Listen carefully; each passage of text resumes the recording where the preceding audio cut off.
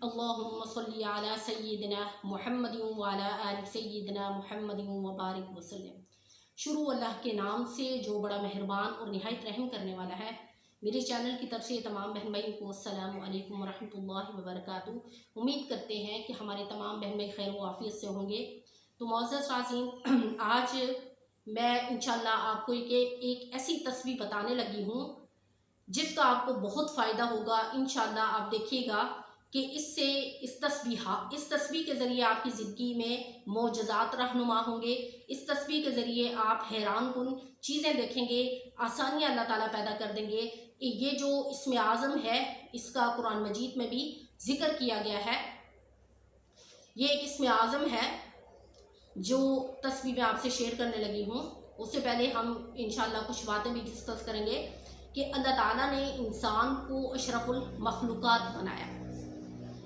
तो अशरफुल मखलूक़ात हम कैसे बन सकते हैं? अशरफुल मखलूक़ात तो अल्लाह ताला ने हमें ये लक़ब दे दिया है। अल्लाह ताला ने इंसानों को फ़रिश्तों से भी ज़्यादा अफजल बनाया है। इसकी क्या वजूहात हैं? क्योंकि फ़रिश्ते तो हर वक्त अल्लाह की इबादत करते हैं, लेकिन जो इंसान है वो तमाम दुनिया के काम भी करते हैं, यानी मुश्किलात से भी गुज़रते हैं, मेहनत भी करते हैं और उन्होंने इबादत भी करनी है, अपने रब को याद भी करना है, उसके अहकामात पर पूरा भी उतरना है। इसलिए अल्लाह ताला ने फ़रिश्तों से भी ज़्यादा इंसानों को अफजल करार दिया और अशरफुल मखलूक़ात का लक़ब दिया। और अशरफुल मखलूक़ात का हम अहम किरदार कैसे अदा करेंगे, यानी हम अशरफुल मखलूक़ात कैसे बनेंगे, उस कायदे और कानून पर पूरा उतर कर जो अल्लाह ने हम पर लागू किए हैं, जो अल्लाह ने हम पर फ़र्ज़ किए हैं, जैसा कि नमाज कायम करके। नमाज कायम करना मोमिन की अव्वलीन सिफ़त है। नमाज के बारे में अल्लाह ताला कुरान मजीद में फ़रमाते हैं वाक़िमुस्सलात व आतुज़ ज़कात, यानी नमाज कायम करो। नमाज को जन्नत की कुंजी भी करार दिया गया और नमाज जो है इंसान को अल्लाह के करीब कर देने वाली है। नमाज के ज़रिए इंसान अल्लाह के करीब हो जाता है, नमाज के ज़रिए इंसान गुनाहों से बचता है। और इसी तरह अशरफुल मखलूक़ात बनने के लिए हमने क्या है, हमारे ऊपर लाजिम है कि हम कुरान मजीद की तिलावत करें। ये हम पर लाजिम है। ये अल्लाह ताला ने अहकामात हम पर नाजिल किए हैं। ये कायदे और कानून जो है हमने इस पर पूरा उतरना है और इनके अल्लाह के बताए हुए अहकामात पर हमने चलना है। ये हमें अशरफुल मखलूक़ात इसलिए लक़ब दिया गया कि हमें फ़रिश्तों से अफजल करार दिया गया, क्योंकि हम जो है नमाज अदा करते हैं, हम मेहनत मुशक्क़त करते हैं और फिर उसके बाद भी अल्लाह की बंदगी करते हैं। इसलिए अल्लाह ताला ने इंसान को अशरफुल मखलूक़ात बनाया। और एक और चीज़, ये जो नमाज है ये मुस्लिम और गैर मुस्लिम में फ़र्क करने वाली है। नमाज जो है ये मुस्लिम और काफिर के दरमियान फ़र्क करने वाली है, क्योंकि मुसलमान जो है, अल्लाह ताला ने मुसलमानों पर नमाज को फ़र्ज़ किया है। जब मुसलमान जो है वो नमाज अदा करता है और अल्लाह की बंदगी करता है तो वो अल्लाह के करीब हो जाता है, जबकि नॉन मुस्लिम जो है वो नमाज अदा नहीं करता, क्योंकि वो अल्लाह को मानता ही नहीं है, इसलिए वो काफिर है। तो नमाज में हम जो दो वाया कलिमात कहते हैं, तो हम अपने रब से उसकी मदद तलब करते हैं और नमाज जो है इंसान को अल्लाह के करीब कर देने वाली है।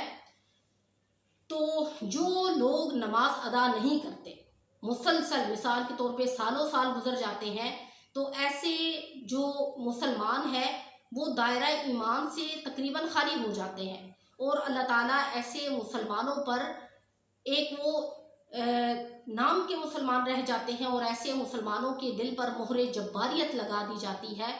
नमाज एक ऐसी चीज़ है जिसकी क़ज़ा लाजिम है। वैसे आप गुनाह करते हैं तो आप तौबा इस्तग़फ़ार के ज़रिए उन गुनाहों की माफ़ी मांगते हैं, चाहे वो गुनाह सगीरा है या कबीरा है, अल्लाह पाक आपको माफ़ फरमा देते हैं। लेकिन नमाज एक ऐसी चीज़ है, अगर आप उसको क़ज़ा करते हैं तो अल्लाह ताला जो है वो क्या है कि उस पर मोहरे जब्बारियत लग जाती है और नमाज की जो है वो क़ज़ा लाजिम है। जब इंसान एक वक्त की नमाज अदा करता है तो अल्लाह ताला उसको दूसरे वक्त की नमाज की तौफीक दे देते हैं। इसी तरह जो इंसान राह हिदायत की तरफ अपने आप को माइल करने की कोशिश करता है तो अल्लाह ताला उसके लिए आसानियाँ पैदा कर देते हैं। और इसी तरह जो गुमराही का रास्ता पकड़ता है अल्लाह ताला उसके लिए भी उन रस्तों को आसान कर देते हैं। तो इसी तरह हदीस मुबारक में है, इन्नमल आमालु बिन्नियात, बेशक तमाम आमाल का दारो मदार नीयत पर है। यानी हम आमाल करते हैं, बहुत सारे लोग ऐसे हैं जो नेक आमाल करते हैं, लेकिन क्या होता है उनमें इखलास की कमी होती है कि वो नेक काम तो करते हैं लेकिन उस तरह वो काम नहीं करते जैसे अल्लाह ताला ने हुक्म दिया है। अगर आप कोई नेकी का काम करते हैं और खलूस से दिल के साथ करते हैं, अल्लाह की रज़ा को मद्देनज़र रखते हुए करते हैं कि अल्लाह ताला इसका आपको अजर सवाब देंगे, तो क्या है कि इसका अजर सवाब अल्लाह ताला आप देंगे इखलास के साथ। तो बरोज़े क़यामत जो इखलास के साथ काम किए जाएंगे वो क्या होगा, वो ज़्यादा वज़नी होंगे उस आमाल की निस्बत जो ढेरों ढेर तो किए जाएंगे लेकिन उनमें इखलास की कमी होगी।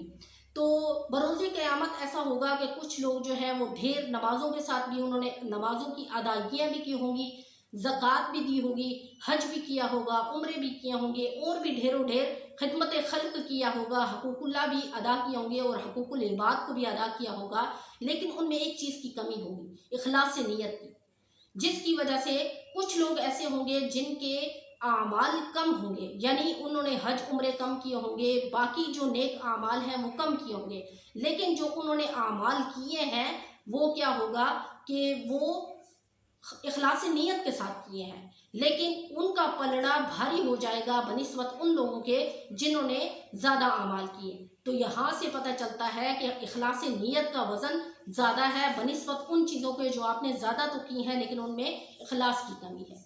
तो लिहाजा कोशिश किया करें कि आप कोई भी काम करें तो उसमें इखलास नीयत ज़रूर होनी चाहिए।